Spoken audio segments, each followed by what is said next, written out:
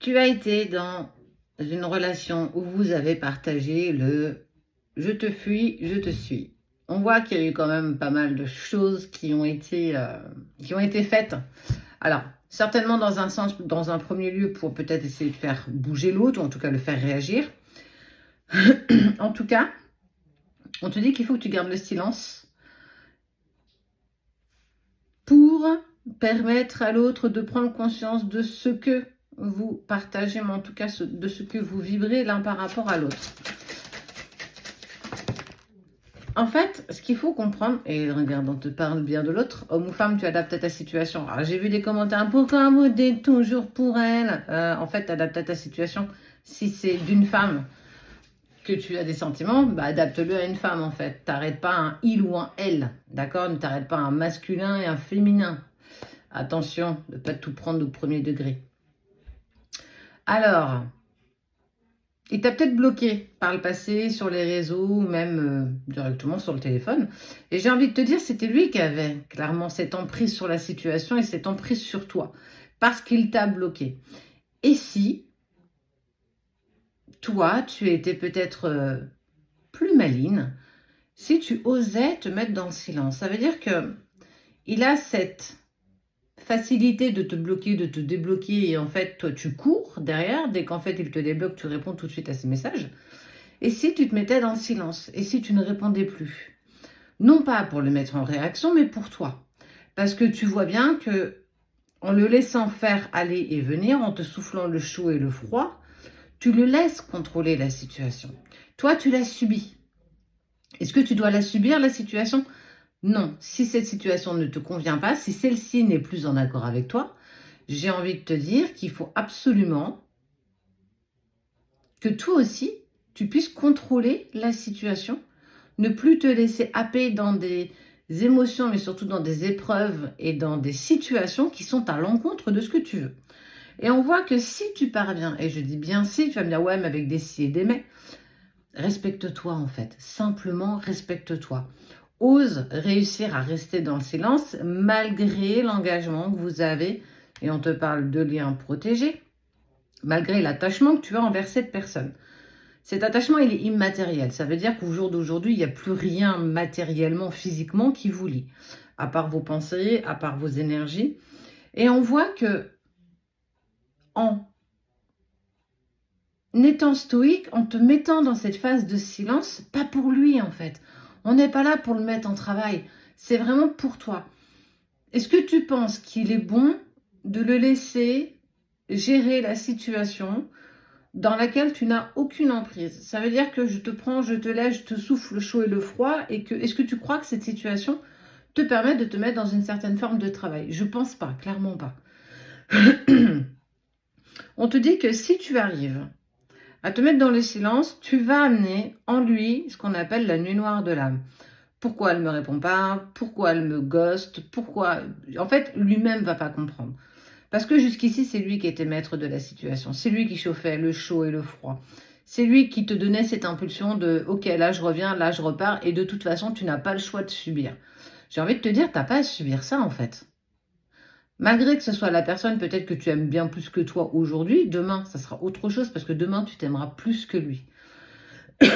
En attendant, ça va lui permettre de dépasser en fait quelque chose, d'ouvrir une porte d'élévation, une porte spirituelle, une porte de conscience, peu importe la porte qu'il va passer, mais c'est déjà accepter, homme, jumeau, paix, lui aussi, ou elle aussi, va aussi aller vers une certaine sérénité, une certaine paix.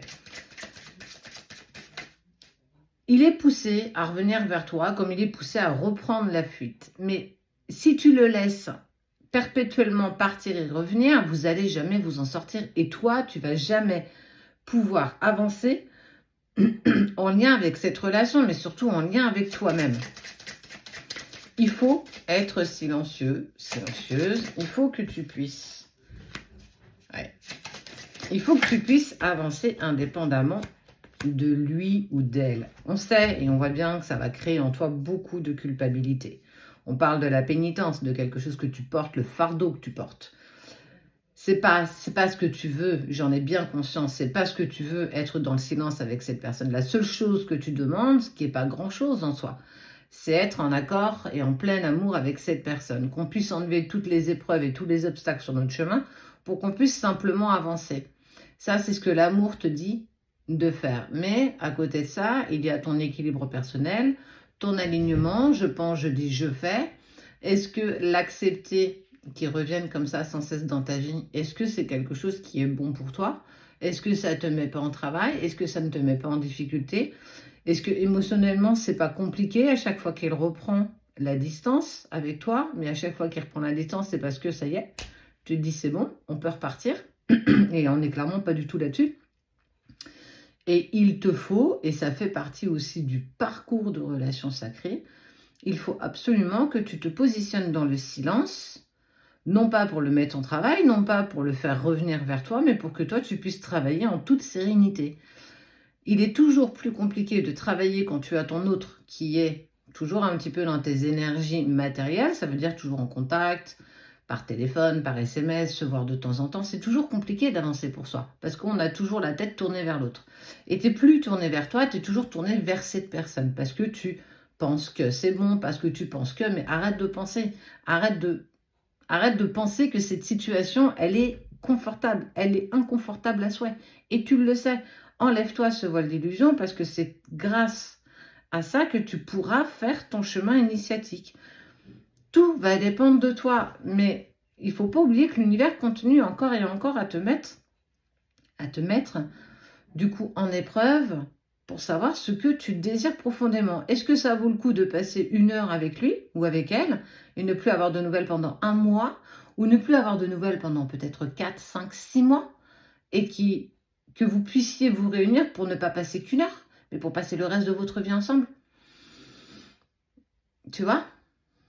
Le choix qu'on te propose, arrête de te contenter d'avoir 1 heure de temps en temps et de te gonfler d'amour pendant cette heure-là et te dire, bon voilà, ok, il va repartir comme d'habitude. Parce que tu le laisses faire, parce que tu ne poses pas tes propres limites. Quand je vous dis de poser vos limites dans vos relations, ça s'impose aussi dans cette relation qui est particulière. Si toi, tu ne poses pas tes limites, qui pourra le faire? Ça, c'est une question. Tu peux y répondre, si tu veux.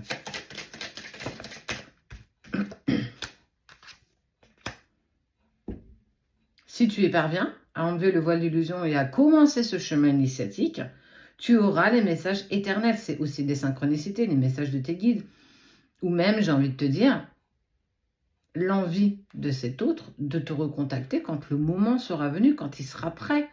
Oui, ça va le mettre aussi dans l'inconfort. Oui, ça va toi aussi te mettre dans l'inconfort. Tu vas avoir peur qu'il t'oublie à jamais. Tu vas avoir peur qu'il passe à autre chose. Mais t'as pas le choix. À un moment donné, on n'a plus le choix. On peut plus se contenter de miettes, de se voir juste 1 heure, d'enfiler des perles, tant bien qu'il y en a qui arrivent, ou de se contenter de je suis là pour te déverser ma vie, et puis une fois que j'ai fini, je passe à autre chose et je te contacte plus pendant 3 semaines. Je suis pas convaincue que ce soit ça, le véritable amour, le véritable partage dans une relation. Plus tu t'accommoderas de miettes, plus il te donnera des miettes. Et il va absolument falloir que tu imposes, toi aussi, le silence et la distance pour que tu puisses agréablement travailler. Sinon, tu ne pourras jamais avancer. Je ne suis pas convaincue, et je te le dis et je te le redis, qu'accepter des miettes d'amour soit quelque chose de bon pour toi comme pour lui. Il est nécessaire de le mettre à l'épreuve avec le temps parce que vous avez besoin de ce voyage initiatique personnel. Tu as des cartes entre tes mains. À toi de savoir maintenant ce que tu souhaites en faire, mais j'ai envie de te dire que si tu as les fesses entre 2 chaises, c'est inconfortable à souhait. Et il va falloir que tu prennes une décision pour toi. 1 heure ou toute une vie? Passer 1 heure avec lui ou passer toute une vie avec lui ou avec elle? Le choix t'appartient.